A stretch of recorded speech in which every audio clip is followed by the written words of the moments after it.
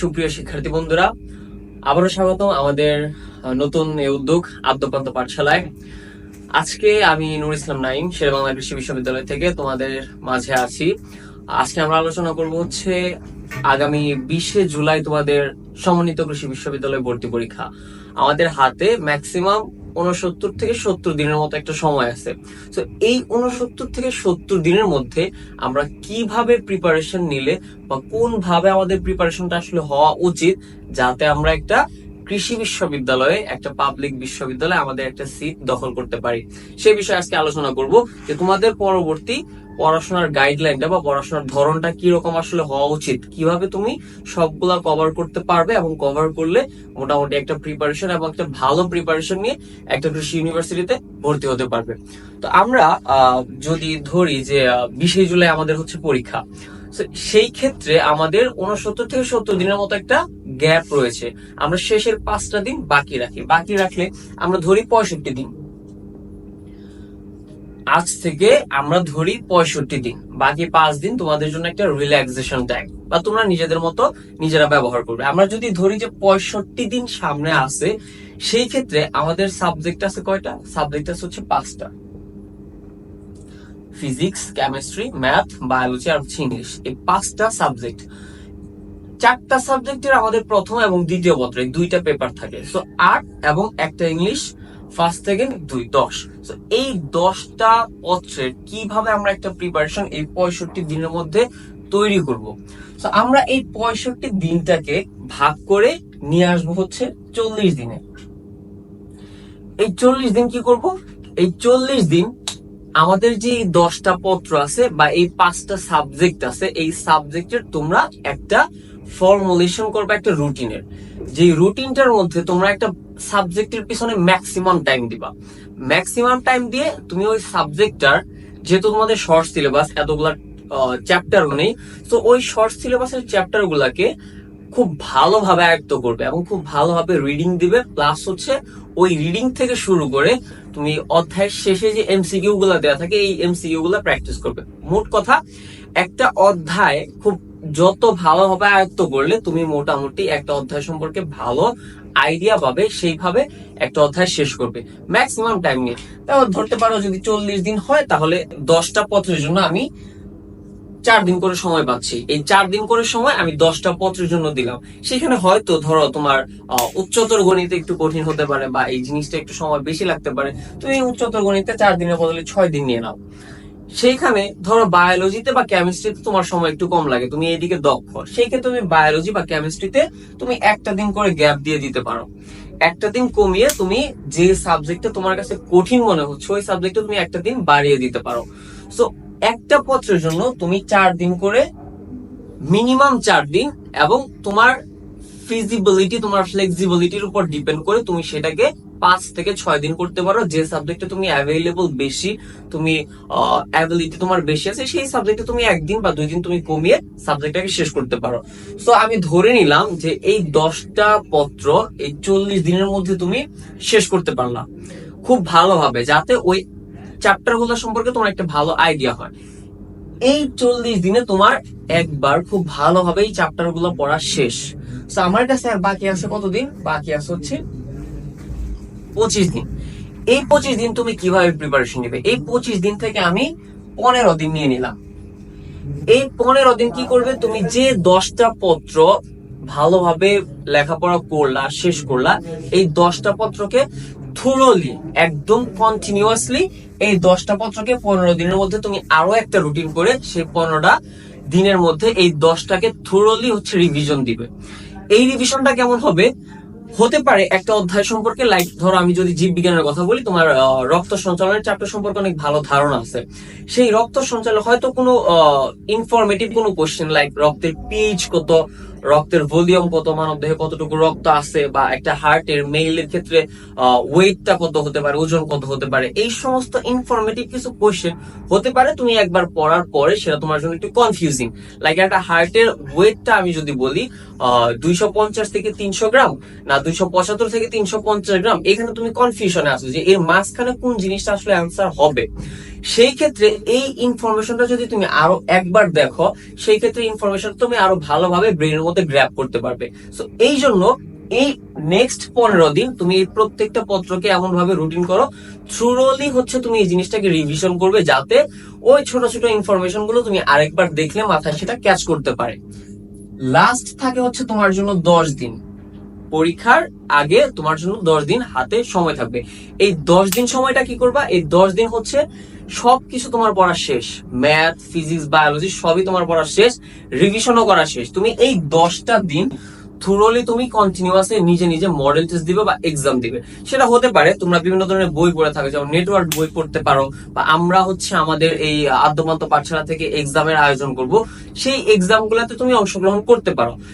মোট কথা হচ্ছে এই 10টা দিন তুমি নিজেকে ঝালিয়ে নিবে যে কিভাবে আমি নিজে প্রিপারেশন নিয়েছি। একটা পরীক্ষা দিলে তুমি বুঝতে পারবে যে আমি এখানে কতটুকু নাম্বার আশা করি বা কতটুকু নাম্বার পেতে পারি। তাহলেই তুমি বুঝতে পারবে যে তোমার সামনের যে ভর্তি পরীক্ষাটা আছে, এই ভর্তি পরীক্ষায় কতটুকু নাম্বার তুমি আসলে এই প্রিপারেশনের উপর ভর করে আশা করতে পারতেছো।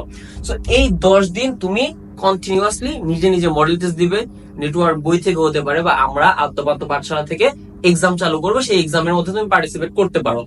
এখন এই 10 দিন তুমি নিজে নিজে পরীক্ষা দিলে। এখন আসি একটু প্রশ্ন প্যাটার্নের ক্ষেত্রে। এই প্রশ্ন প্যাটার্নের ক্ষেত্রে যদি আমরা বলি যে একটা সোজা কথা আছে যে চুরি করতে গেলে আগে নিজেকে কি হতে হয়? গৃহস্থ হতে হয়। সো আমি যখন একটা অ্যান্সার শিটে আমি অ্যান্সার করব, সেই অ্যান্সারের আগে আমাকে চিন্তা করতে হবে একজন টিচার কিভাবে কোশ্চেন করতে পারে, একজন ইউনিভার্সিটি প্রফেসর কিভাবে কোশ্চেন করতে পারে।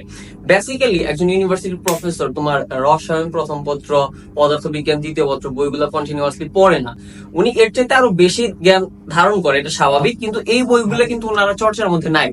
সো আমাকে যদি বলা হয় যে একটা ভর্তি পরীক্ষা সম্পর্কে প্রশ্ন করতে, আমি অবশ্যই ওই বইটাকে রিডিং করে ভেতর থেকে কোশ্চেন বের করবো না, আর ওইখান থেকে আমার অপশন সেট করবো না। তো বেসিক্যালি আমি যদি খুব সহজভাবে চিন্তা করি, আমি বেশি সময় দিব না, আমি 5 মিনিটের মধ্যে হচ্ছে 20টা রসায়ন প্রশ্ন করে দিব। সেই ক্ষেত্রে কি করব? সেই ক্ষেত্রে ওই যে চ্যাপ্টার গুলো আছে, চ্যাপ্টারের শেষে অনেকগুলো করে এমসিকিউ দেওয়া থাকে, আমি ডিরেক্টলি ওইখানে চলে যাব, ওইখানে গিয়ে ইনফরমেটিভ কিছু কোশ্চেন হুবহু জাস্ট অপশন গুলা চেঞ্জ করে দিয়ে দিব। ম্যাথ টাইপ যদি কোনো কোশ্চেন থাকে, সেটা হয়তো আমি মান চেঞ্জ করে দিতে পারি। সো ফার্স্ট এন্ড ফরমোস্ট তোমাকে যেটা করতে হবে, প্রত্যেক চ্যাপ্টার পড়া শেষে ওই চ্যাপ্টারের শেষে যে এমসিকিউ গুলো দেওয়া থাকে, এই এমসিকিউ গুলো অনেক ভালোভাবে পড়তে হবে, কারণ ম্যাক্সিমাম টাইমে 20 to 30% কোশ্চেন আমার এইখান থেকে চলে আসে। সো এইটা তোমাকে অনেক ভালোভাবে পড়তে হবে। নেক্সট কি হয়, প্রিভিয়াস ইয়ারের যে কোশ্চেন গুলো আছে, এই কোশ্চেন গুলা মাঝে মাঝে হচ্ছে 30% এর মতো রিপিট করে। তুমি অনেকগুলা কোশ্চেন পাবা যেগুলো হচ্ছে তোমার একদম কন্টিনিউয়াসলি রিপিট করবে, অথবা হয়তো ভ্যালুটা একটু চেঞ্জ করে দিতে পারে। সো তোমার মেইন টার্গেট কি হবে, আগের যে কোশ্চেন গুলো আছে, যেমন হতে পারে ক্লাস্টার হওয়ার পর থেকে ক্লাস্টারের সব কোশ্চেন গুলা, এবং যে ইউনিভার্সিটি দায়িত্ব পালন করতেছে ওই ইউনিভার্সিটির আগের কোশ্চেন প্যাটার্ন গুলো কেমন ছিল, এই কোশ্চেন প্যাটার্ন গুলো ফলো করবা। তোমরা বেসিক্যালি তোমাদের যে ভর্তি সহায়কার যে বই আছে, নেটওয়ার্ক বই বা এই ধরনের যদি কোনো জয়গুলির বই থাকে, সেই ক্ষেত্রে এখানে এই বিশ্ববিদ্যালয়ে কি কি ধরনের কোশ্চেন আসছিল সেই কোশ্চেন গুলো দেওয়া থাকে, এই কোশ্চেন গুলো তুমি সলভ করবা। তো তোমার এই এমসিকিউ গুলাকে 20 থেকে 30%, এবং প্রিভিয়াস কোশ্চেন থেকে যদি 30% হয়ে যায়, তোমার ম্যাক্সিমাম ক্ষেত্রে 50 to 60% প্রিপারেশন ডান। বাকি 40% প্রিপারেশন তুমি কতটুকু লেখাপড়া করেছো, কতটুকু অনুধাবন করতে পারছো, তার উপরে ডিপেন্ড করে। এবং ম্যাক্সিমাম ক্ষেত্রে 20 to 30% কোশ্চেন অবশ্যই থাকবে ম্যাথমেটিক্যাল টার্ম, যে ম্যাথ গুলা আসলে ইকুয়েশন গুলা তোমরা লেখাপড়া করছো, এই লেখাপড়ার মাঝখান থেকে কিছু ম্যাথ আসতে পারে। আর উচ্চতর গণিতের ক্ষেত্রে তো প্রত্যেকটা কোশ্চেনে অবশ্যই ম্যাথ আসবে, স্বাভাবিক। এখন এই এত লেখাপড়া করার পরে তুমি এই মডেল টেস্ট বা হচ্ছে তোমার কোশ্চেন ব্যাংকটা কিভাবে সলভ করবে? তুমি আগের বছরের কোশ্চেন পড়ার তো সময় নেই, আমি একটা রুটিন করে দিলাম বা একটা ফিগার দিয়ে দিলাম, যে ফিগারের মধ্যে তুমি লেখাপড়া করবে আসলে। এখন এই আগের বছরের কোশ্চেন গুলো কখন লেখাপড়া করবে? আজকে থেকে পরের সামনের দিনগুলোর জন্য তুমি যে রুটিনটা তৈরি করলা, এই রুটিনের মধ্যে তুমি প্রত্যেক দিন 1 ঘন্টা সময় নিজের জন্য বাঁচিয়ে রাখবা। হতে পারে সেটা রাত 9টা থেকে 10টা, বা 10টা থেকে, বা তোমার ঘুমাতে যাওয়ার আগের 1 ঘন্টা। এই 1 ঘন্টা তুমি যে কোশ্চেন ব্যাংকের কোশ্চেন গুলা ছিল এর জন্য বরাদ্দ রাখবা। এই 1টা ঘন্টায় তুমি নিজে নিজে আগে পরীক্ষা দাও। প্রত্যেক দিন এই 1 ঘন্টা একটা বছরের কোশ্চেন তুমি নিজে নিজে পরীক্ষা দাও, হতে পারে তুমি 40 পাবো, হতে পারে 30 পাবা, দ্যাট ডাজন্ট ম্যাটার। ম্যাটার হচ্ছে তুমি নিজেকে আসলে একদম উইদাউট প্রিপারেশন কতটুকু আসলে ফিট দেখতে পারতেছো।